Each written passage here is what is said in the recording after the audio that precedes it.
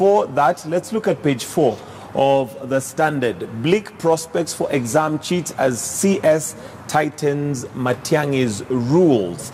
And apparently it is appearing that there are even some parents that are willing to pay or ask for 10,000 shillings for them to, or rather there's some teachers who are asking parents to pay for 10,000 shillings for them to get leakage of examinations. Page 4 of the Standard.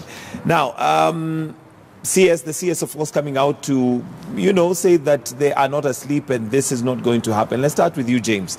Your thoughts on how examinations are run in this country, the fact that it seems passing is such, there's such high stakes on passing the exam. It doesn't matter how you do it. Yeah, that has been the problem over the years. And so many people and even parents have put a lot of premium on their students passing and being admitted to the university.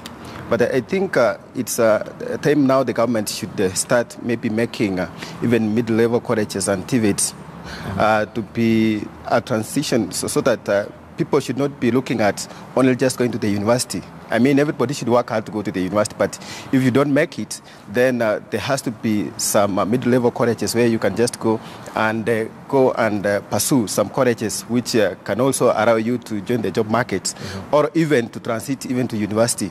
And for me, I think the problem is with the policymakers at the Ministry of Education, because they've just made education, especially getting admitted to the university, to be the end game. That's why everybody is kind of seeing as if you don't go to the university, then your life is doomed. I mean, that narrative should change by having other pathways apart from going to the university, that people you can just make it in life. If you just attend a TVET college, you become a mason and such a kind of courses. So that we now need to change the narrative like it is happening elsewhere. Okay. So that, yeah. All right, Victor, one of the things that maybe we don't think through clearly, and maybe we need to enlighten this in terms of our education system, is the fact that even when you are qualified, that's not a guarantee for a job. And that should already, one would imagine, lower the stakes for just passing the exam. There needs to be more than just passing the exam. But we still put such high premium on passing the exam to a point where we have now teachers trying to collude with parents to, get leakage for the exam. I mean, if teachers are colluding with the parents, where does that even leave the learner? It's weird. And like James said, I mean, one of the failures we have done is that we have looked, like you said rightly, we are looking at passing an exam is the only thing that comes with education, which is not the case. That we must have a continuous way of helping people grow, of saying that yes, it's glamorous and good to go to the university, and again detaching the issue of education and jobs, so that you are not going to school or you are not going passing exams so that you'll get a good job, as it were, but that learning, you are getting educated to prepare you to do either business, self-employment, or do other, but it's just good to be educated and to be learned as a person, not simply because you are looking for a job, but even in your own way, these skills you learned in school can still help you even in lifelong skills, even in your business. So that's it. Two, we must, like James said, we must increasingly remove the social status that comes with passing exams. That there's too much pressure put on students by especially teachers and parents for the students to pass to the extent that they're involved in. Because why, for example, teachers have introduced, and this thing started in term 1, we have introduced, and parents pay for what is called motivational fee for the teachers. And at the schools I know where an A is 10,000 shillings for a teacher. So once we as parents have already, and the school administration, by January we have already told teachers an A is 100,000 or 10,000, whatever amount it is, we have already monetized even the education, so that everybody is not fighting for the students to pass, but they are looking for how many A's he will get, so that they are paid that motivational fee. Absolutely. Which is weird. All right. Caleb, it looks like impunity is something that is so ingrained in us that sometimes we do it without thinking it's happening. Just like Victor is mentioning, you'll have what we'd call incentives, maybe for teachers, which are called incentives, but sometimes they're almost like bribes, because again, it works negatively, because for you to get that incentive, then you'd have to work things out in a manner that you ensure that you get it. For instance, now, cheating through the examinations. I think we have a lot of work to do as Kenyans. First of all, why do we cheat? We cheat because, one, we lost values as a country.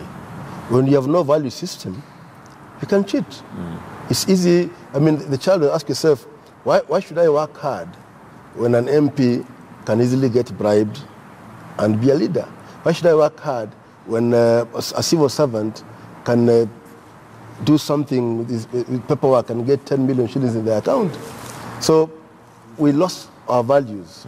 We no longer look at hard work as something that, as a value that you have as Kenyans. Yes. How do we regain that? How do we get that back to that? Because here we are as a country fighting corruption. We can see what is happening. We have quite a number of leaders that have been brought before the courts on matters corruption.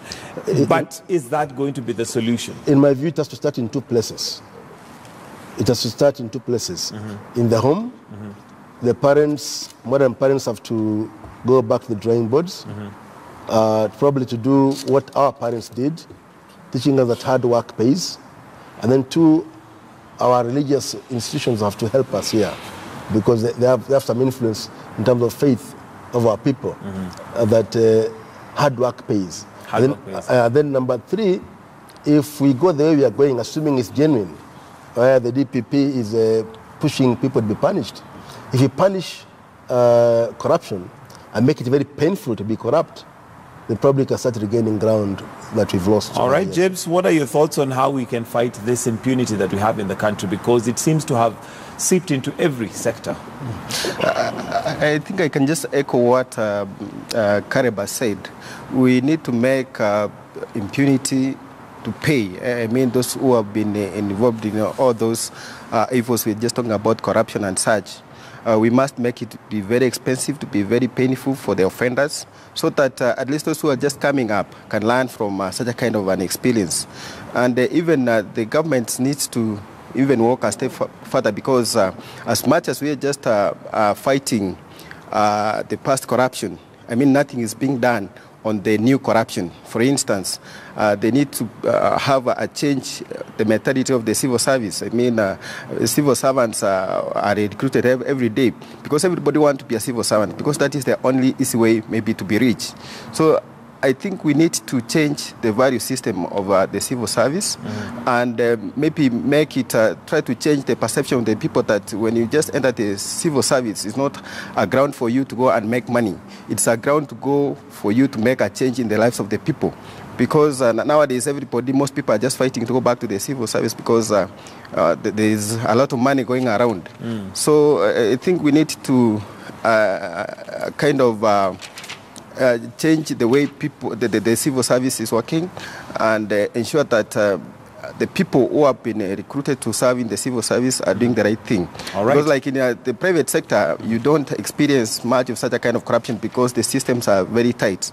But it seems like in the civil service, the systems are so amorphous, which allows people to kind of partake in such a kind of... in those kind of impunity exercises. All right. Yeah. And let's also look at page 8 of the Standard. Page 8, Uhuru seeks China's help in SGR extension. And again, this of course is to do with grants that we're getting from other countries vis-a-vis debts, which possibly may have got us to where we are today, even as we are slapping 16% VAT on fuel. Victor, your thoughts on the president's charm offensive that he has had? He was in the US with Donald Trump. We had May coming. Now he's in China, possibly back, but was in China. I think even at a personal level, people grow through loans. So loans per se is not the issue. It's not a bad thing. I mean, I've been following Renald Mengi, one of the biggest businessmen in Tanzania, and every time he goes, he says, if you fear loans, you never grow, because how much you save from your salary that you can invest in anything. So loan per se is not the issue. The bigger issue is the management and where that the loan go. So that, I mean, and if you see the president's visits to the US and China, you can see the language has changed. that is not just purely going for loans and grants, but we are looking at private partnerships. I mean, so that we are not just going, because some of these things, the thinking previously was government cannot be doing business, and in globally governments do not do businesses. I mean, government provides a policy and environment to allow private people to do business. So that's the approach, where if through the private public partnerships we can encourage more people to come in the country and invest, that's the way to go. And that to me, I mean, so how do we manage the resources that we have? That has been the bigger challenge. That people are raising, yes, we are getting loans, but where do they go? That's the bigger thing. But we can't run away from getting loans. We'll get loans, we'll get more loans. But the bigger thing is, how do we manage what we have? How are we investing these loans? Do these loans go to what they are meant to do when they are being applied for? When they're being applied or the for. money is being diverted. Okay, and I also want us to broaden the scope a little bit. If you move on to page 14 of the Standard, there's a cartoon there where you have China as the bigger pig there, and we have Africa literally scrambling for you know, that milk that China has to offer. Caleb, is Africa headed, you know, towards China for good reasons? Are we likely to have leverage as Africa, or are they is there something that maybe we're not seeing, something that's hidden? I don't think we're going to China for good reasons. I think we just taken an easier route. What the Western institutions were demanding was accountability. That you give you money for the roads, but you must have your human rights records clear, for instance. You must have accountability in how you manage your resources. China doesn't give a damn about how you manage your country's internal issues. They don't care about human rights records. They give you money. But what China is doing is actually building and growing its neo-colonial influence over Africa. And I think money is a very good bait for China. I don't think Chinese will be better colonialists than the British were. Probably they'll be worse. They'll be worse, rather. Especially when we look at their human rights records and some of the authoritarian kind of... But our human rights record better than the Queen, yeah, that might be the other question to ask. But two wrongs don't make a right. Yeah, don't make a right. The King and the Queen of England, for instance, might have been terrible in their colonial endeavors, but at the back of their mind, they had somebody reminding them and keeping a record that whatever you do might turn to you in future. I don't think China cares about that. If our leaders were going there with a good record of financial management, then I would say it's for a good cause. It's for a good cause. But many of them already mismanage what they've heard from the West. They're already mismanaging what they are getting from China. And then what Uhuru is doing is probably a good thing, as he says. Loan is not a bad thing. But it's something that our Katiba says there must be public participation. Do we know how much we're getting from China? Do we know what the final lines are saying? Nobody knows. The public is not aware. And Caleb, there is an access to information law in this country.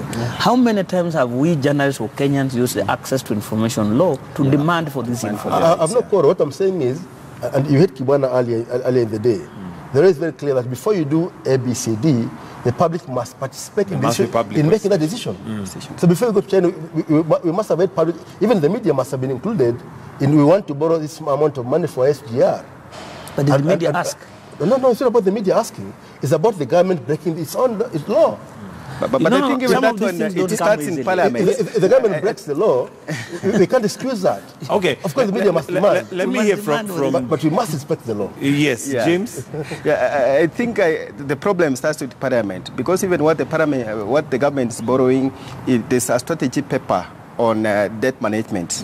And it's Parliament actually which comes up with the regulations and even policies on what the government should borrow, how, from domestically, from the international market.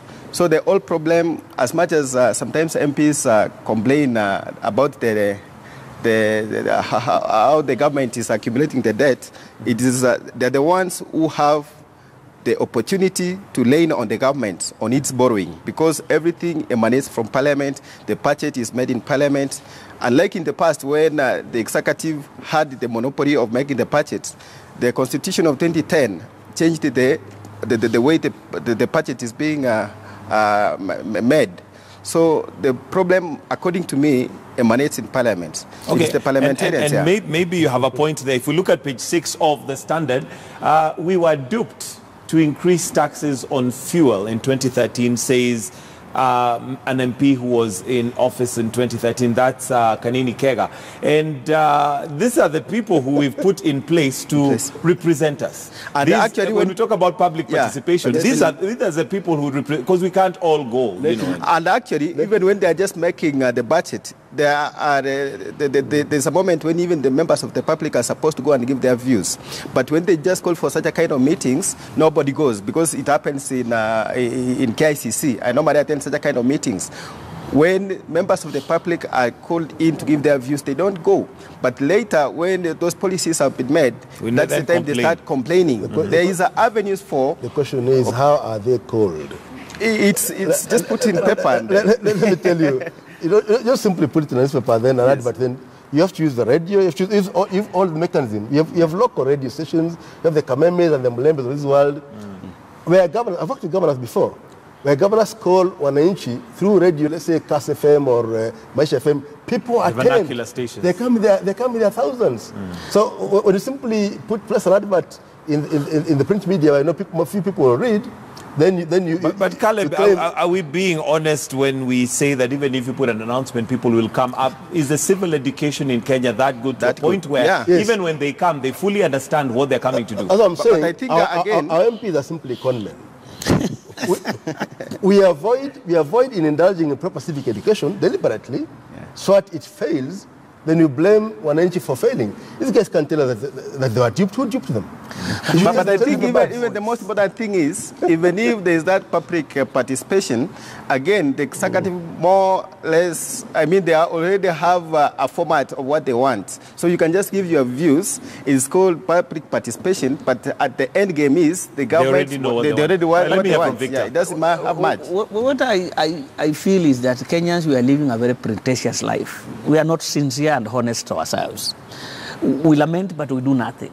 You know, there are recall clauses in our parliament. If there's any MP who is not performing, why can't we recall them? But have you looked at how to recall up an MP? Because it's almost impossible. It's almost impossible for you to do that. Somebody can go for interview. Because we are complaining about the same MPs. Next year will be the same people voting for the same MPs. So who will solve this problem? You know, we must face up and say 1 or 2 or 3 MPs have not performed and we are recalling them or we are doing something about it. But just complaining and complaining is not helping us so much. So we will remain. Are we angered enough as Kenyans to say we are annoyed and we are doing something? You know. We are not angry. We are not angered.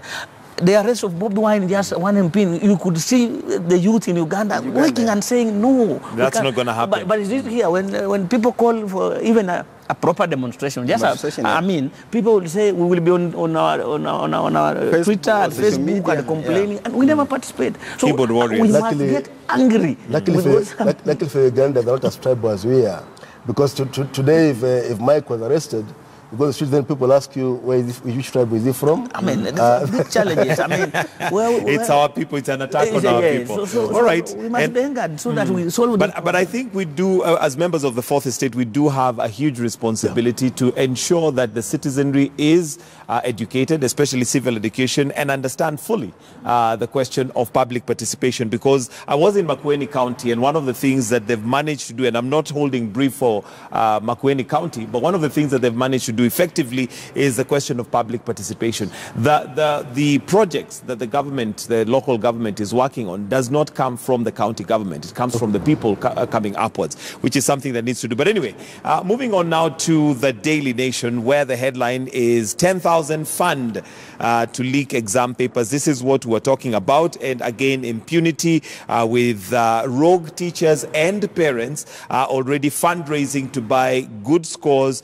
reveals Knec, even as it talks tough about protecting integrity of tests. And again, I put it to you, gentlemen, the question here being not just the fact that the exams may leak, but the fact that now we have teachers and parents collaborating. Where does that leave the learner, the student who is supposed to be taught good morals and values? Caleb? I think it brings me back home to the media. What do we tell a state of success in our media? I think we have to shift as media from focusing all the time on monetary value. That Victor here is so successful because he's worth $1 billion shillings. But we don't tell the reader or the viewer or the listener how did he make his billion. So we end up celebrating corruption and theft and shortcuts through our storytelling of the wrong people as what do you call them? Celebrate. Yes. We make them heroes. Make them heroes. So our young people have known that you really don't have to study hard. Daddy can buy exams for you. Mommy can go to the market and buy papers for you, and you'll pass. And unfortunately, we don't also educate them on once you've got that job, even if your papers were wrong, what do you do? Then you end up with very poor quality employees. And that's one of the biggest challenges. I've taught at the university for quite some time now. And you look at sometimes the people who came with A's from whatever school, and you want to cry. I mean, especially in departments like journalism, where somebody got an A, overall he's there, she can't write, or he can't write even a single sentence. And so you look at the dropout rates from even our universities. It's and the rate of interfaculty changes. You know, it tells you that these people are not prepared. So we are selling our children.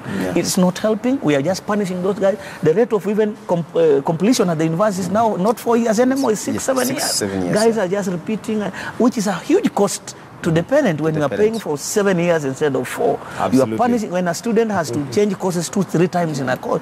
Some of them are just abandoning college because of that pressure. So we must really rethink how we want to look at education and how we want to help our children grow. It can't be just looked at in monetary terms. And we must tell children that education is not meant to be a good job or a good life, but it helps you. I mean, an educated farmer and an uneducated farmer are different. So that value system, where we as parents, I stopped going for school meetings. I am a parent, but I stopped because you go to a school meeting and the things people are talking about is education trips, it's motivating teachers, is how will we pay, you know, and you wonder then why are we talking about teacher and the parent and the children is not. Where is the child? Where is the child we are talking about in this discussion? All right. And as we wind up on the newspaper review, James, there's also a story here, 3 sides of the Mwilu case. And well, there's a prosecutor, there's a judge, and there's a lawyer. Is also another story that is there. But again, just to weigh in on this particular story, of course, without discussing the merits or demerits of it. Yeah, I think the media has done well so far. Although we from MSK have raised quite a number of issues on how the media is covered, there is a sense that the media has prosecuted the case before even it has gone to court. So what I can just say, the media has done well in exposing, because that is the work of the media, and informing people of what is happening. But then we should just protect the interest of those who are alleged to have committed the crime, so that at least they can just have a fair hearing if the case goes to court. So the media must be very careful on what they are mentioning, because already I think this CJ has already been the police has been prosecuted by the public, the court of public opinion. The court of public opinion. On how we should be covering this, there are those who've accused. I even had, I think it was one of the senators saying, even from the headlines, it looks like she's already guilty, according to some, newspapers. I think it was a bit unfortunate. For me, it was more like a mob lynch. So that she's already been judged and prosecuted, and the sentence has been passed as guilty, which is pretty unfair. But I'm hoping that common sense will prevail, and that eventually she'll get justice. Okay. Victor, maybe something you'd like to say about this? Okay, I was reading tonight, because this coverage has had a lot of discussion elsewhere. In almost all our journalism WhatsApp groups, we have been discussing the merits and demerits. And I was reading last night about the open justice system in the US and Australia, and how that was meant to allow more public involvement and engagement in judicial matters.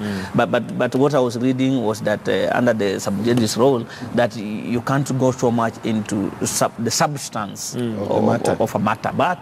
But you can talk about it. I mean, so yes, it has had its merits and demerits.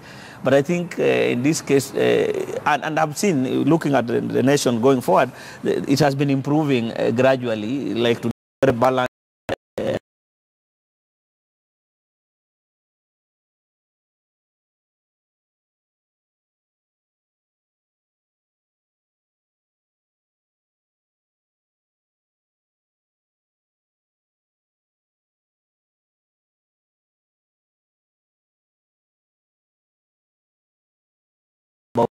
there's a book given to me by Jokadi about open justice and how court reporting is evolving in other countries and how people are doing it.